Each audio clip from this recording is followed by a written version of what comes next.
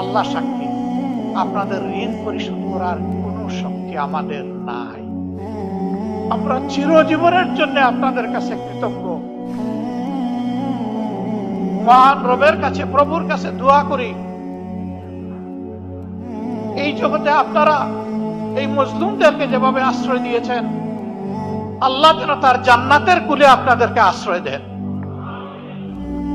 এই যাত্রাপথে বাংলাদেশ জামাতে ইসলামী আপনাদের দোয়া ভালোবাসা পেয়েছে, সমর্থন পেয়েছে, এবং বিশেষ করে 36 জুলাইয়ের পর একটা মজলুম সংগঠনকে যেভাবে আপনারা কুলে তুলে নিয়েছেন, বুকে তুলে নিয়েছেন, হাত বাড়িয়ে দিয়েছেন, আমরা সিম্পলি আপনাদের কাছে চিরজীবনের জন্য ঋণী।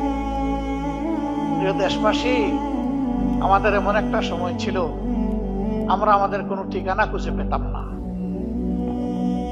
সেই সময়টা আপনারা আমাদেরকে আশ্রয় দিয়েছেন। আমাকে একবার রিমান্ডে জিজ্ঞেস করা হলো যে আপনার সর্বশেষ অ্যাড্রেসটা কি একটু বলবেন।